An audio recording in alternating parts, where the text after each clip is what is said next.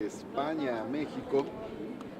Nos da mucho gusto su visita y en este contexto recordamos que México fue el refugio del exilio español hace 80 años. Aquí recibimos a lo mejor de la intelectualidad española: Adolfo Sánchez Vázquez, Aurora Arnaiz, José Gaos, Remedios Varo, Eugenio Imas, Eulalio Ferrer, en fin, numerosos intelectuales, profesionistas, artistas, nutrieron la vida de México, la vida cultural, académica, económica de México. Fue un exilio muy importante para México.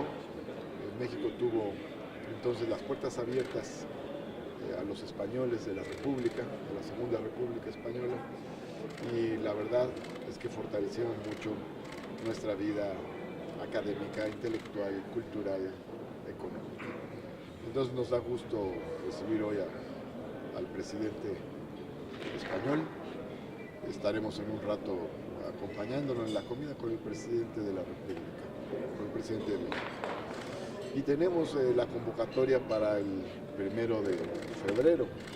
El viernes tenemos la sesión de clausura de la permanente a las 10 de la mañana.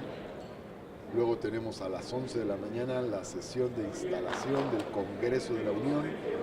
Y a la 1, a las 13 horas, aquí tenemos la sesión del Senado de la República. En esta primera sesión vamos a vamos a recibir la Estrategia Nacional de Seguridad Pública, de acuerdo a lo que mandata el artículo 69 de la Constitución. Es una nueva atribución que tiene el Senado de recibir y aprobar la estrategia. Ya determinaremos en qué tiempos la aprobaremos, pero la vamos a recibir en el momento en que se da la apertura del nuevo periodo ordinario de sesiones, como marca la Constitución en su artículo 69. También, por otro lado, vamos a tener temas muy importantes en este periodo. Está un tema pendiente del paquete de temas de seguridad, que es el tema de la Guardia Nacional. Sobre el paquete de seguridad hemos abordado fundamentalmente lo de extinción de dominio, delitos graves, la Fiscalía General y la Guardia Nacional. Son no los únicos, pero los temas fundamentales de este paquete, y después vendrán algunas revisiones en legislaciones secundarias. Ahora bien, sin embargo, también vamos a empezar a entrar en el Congreso de la Unión al tema del bienestar social. Al respecto, he hablado yo de que podemos tener una primavera laboral y que después de muchos años es factible, es posible tener reformas laborales progresivas. Es importante la coyuntura que se ha generado. Tenemos varios factores que empujan esta coyuntura laboral. Por un lado, la reforma constitucional del 2017, que aborda el tema de los contratos colectivos, la transparencia de los mismos, un nuevo sistema de justicia laboral y los temas de la libertad y la democracia sindical. Y por otro lado también, en las negociaciones del Tratado México-Estados Unidos-Canadá apareció el tema laboral. Hay interés en que aumente el salario en México, y por otro lado también interés en que se den negociaciones de trabajo colectivas que eleven las condiciones de vida de los trabajadores. Esto forma parte del conjunto de negociaciones, incluso es una condición para que avance el tratado entre México, Estados Unidos y Canadá. Por lo tanto, va a ser un tema importante del Congreso de la Unión. Asimismo, aquí tenemos iniciativas ya. Se presentó una iniciativa de la senadora Antares Vázquez para que el salario mínimo no pueda aumentar por debajo de la inflación, porque entonces no sería un aumento. También se presentó una iniciativa del senador Mancera para cambiar el nombre del salario mínimo, en lugar de salario mínimo por salario digno. Y también, por otra parte, está una iniciativa que presentó la senadora Cecilia Sánchez en el tema de la democracia sindical, de la elección democrática de los dirigentes sindicales. Entonces, hay elementos para una una buena discusión y buenas resoluciones sobre los temas laborales, pero ya abordados de manera progresiva, es decir, de avanzada, de aumentar los derechos de los trabajadores. Y por otro lado también en estos temas sociales hay un tema muy importante que sería histórico, que es el tema de la equidad, la paridad entre mujeres y hombres en todos los órganos del Estado. En el Senado ha tenido fuerza este tema, hay iniciativas de las senadoras Kenia López, Malú Micher y otras senadoras para lograr esta paridad. Y esto sería una aportación del Senado de la República, hay buenas condiciones para ello. Hay otros temas, evidentemente, y además los grupos parlamentarios van a hacer sus agendas, las están haciendo en sus reuniones que van a tener previas al 7 de febrero, y ahí saldrán temas muy importantes para el país. Yo espero que tengamos un periodo de sesiones muy fructífero, estos meses de febrero, marzo y abril, que sean muy buenos para el país, en temas de seguridad, pero también en temas de bienestar social y de democracia en México. Estoy a sus órdenes para cualquier pregunta. Senador, en materia laboral, ahorita que aborda el tema, ¿qué opinión tiene usted de esta huelga allá en Tamaulipas con las maquiladoras? Algunas ya incluso han decidido abandonar el país porque se les hace mucho el incremento salarial y las prestaciones que el nuevo gobierno. No tengo mayor conocimiento sobre el tema, ¿no? Sería prudente reservar una opinión para tener mayor información sobre ese caso específico. Yo diría, sin embargo, de manera paralela a ese tema, que en la franja fronteriza va a operar una política muy interesante, porque aun y cuando aumentará el salario mínimo al 100%, también van a bajar los impuestos sobre la renta, el impuesto al consumo, el impuesto al valor agregado, y eso va a permitir un desarrollo interesante en la frontera norte. Senador, quisiera pedir comentarios sobre esta calificación que hizo ayer sobre la situación de Pemex en México. Si no les preocupa, porque nos explicaban que podría aumentar el costo de la deuda y cuando México pida sus préstamos. En la mañana el presidente Andrés Manuel minimizaba esta situación. Bueno, yo creo que el tema da para un análisis bueno. Sería una coyuntura interesante para que esas calificadoras, pues conozcan la realidad de las naciones con las que tienen relaciones y pudieran tener mejores decisiones. Sería bueno que conocieran más a nuestro país. Es curioso, pero ahora que empezó la lucha contra el huachicol, la lucha contra el robo de combustible, el Fondo Monetario Internacional opinó en un sentido positivo sobre esta lucha porque argumentó que esto permitiría fortalecer las finanzas de Pemex y me pareció un dato interesante.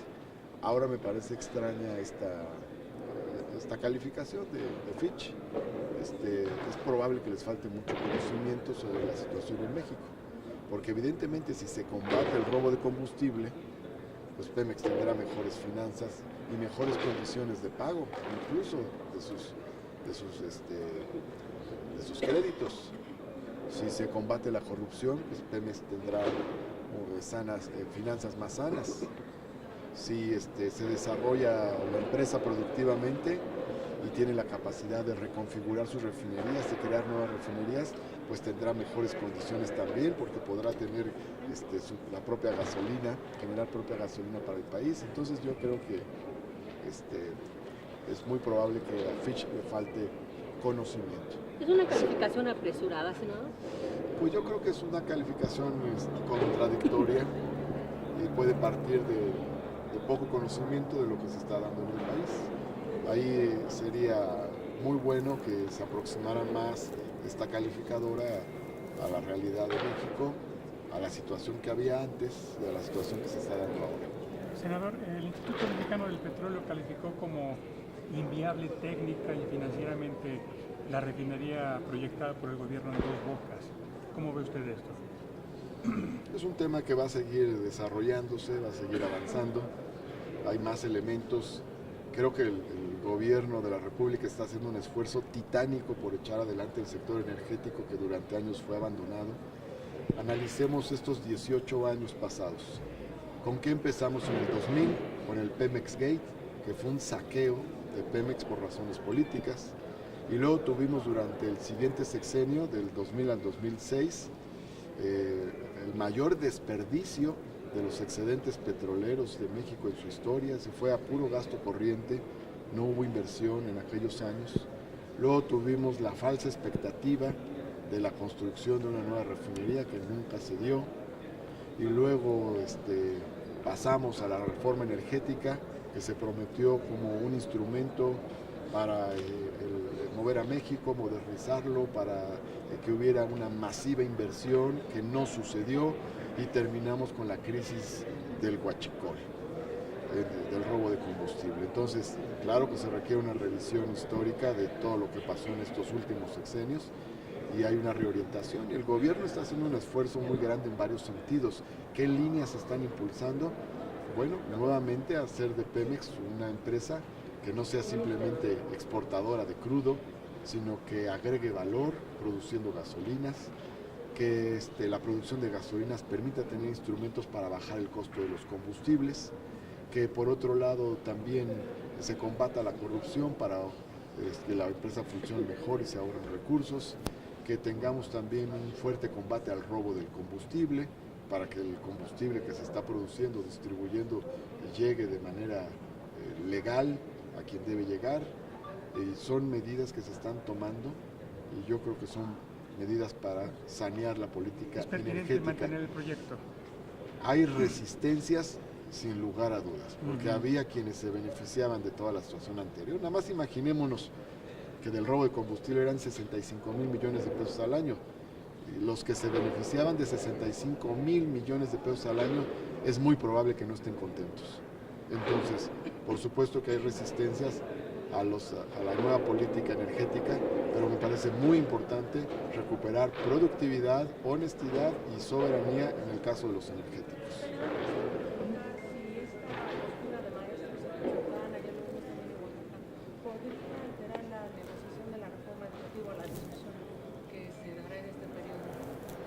Pues no, es un conflicto que tiene su propia historia. El conflicto de Michoacán es un conflicto local entre maestros del Estado y el gobierno de Michoacán. Tiene su propia historia, no es la primera vez que hay una protesta de este tipo, y la discusión de la reforma educativa pues va a tener su propio espacio también, y ha sido ya anunciada con muchísima anticipación esta revisión de la reforma educativa, ¿no? Ya que en este periodo se va a hacer la revisión de la reforma educativa, ¿cómo vas a garantizar la autonomía de las universidades? Bueno, debe quedar perfectamente clara la autonomía de las universidades. Ya el propio gobierno federal reconoció que había habido un error en la redacción que se hizo de la iniciativa, pero evidentemente la autonomía universitaria es uno de los grandes logros históricos, no corre ningún riesgo. La autonomía universitaria se va a mantener en los términos en que se encuentra actualmente en la Constitución. Ahora bien, y por otra parte, podemos tener avances importantes en la educación superior, porque a la frase que dice el Estado impartirá educación preescolar, primaria, secundaria y media superior, se agregará o se busca agregar, eso es uno de los temas que están, incluso en el Senado hay iniciativas presentadas al respecto, la educación superior. El artículo 3º debe decir